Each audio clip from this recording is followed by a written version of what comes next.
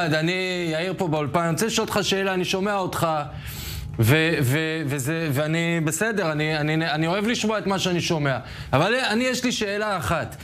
איפה ביהודה ושומרון וגם בעזה, איפה כל הפלסטינים? איפה הרוב? למה אנחנו לא רואים ברחובות פלסטינים עם דגלים בעד שלום, עם שלטים בעד שלום? למה אנחנו לא רואים בכל 2 ומשהו מיליון פלסטינים שנמצאים פה בסמוך אלינו וגרים איתנו בגבולות, ואנחנו אמורים להיות איתם יום אחד בשלום?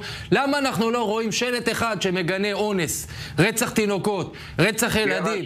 למה 2 מיליון איש, למה 2 מיליון איש בעזה לא מסוגלים, 2 מיליון איש בעזה, בתוך כל הברדק שראינו בשביל העשירי, בקלאוות, עניינים, דברים, איך לא ראינו בן אדם אחד עם כל מה שאתה אומר, ואתה אומר דברים נכונים וצודקים? איפה הרוב שחושב כמוך?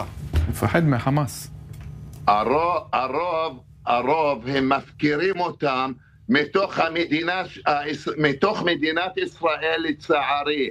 חוקים של מדינת ישראל, יועצים, ראשי משרדים, ראשי מנגנוני ביטחון בישראל, ראשי משרדי ביטחון בישראל, מפקירים אנשים כמוני, מפקירים אנשים שמדברים על ממלכת ישראל, מפקירים אנשים שמדברים על אסלאם אמת ועל יהדות אמת. כאן במדינת ישראל הבעיה לא אצל הפלסטינים. באו תראו לי בכל מדינת ישראל, האח שבא באיזה יום והסגיר את האח שלו כי אח שלו רצה לעשות פיגוע. באו עכשיו כל מדינת ישראל שתגיד לו תודה רבה.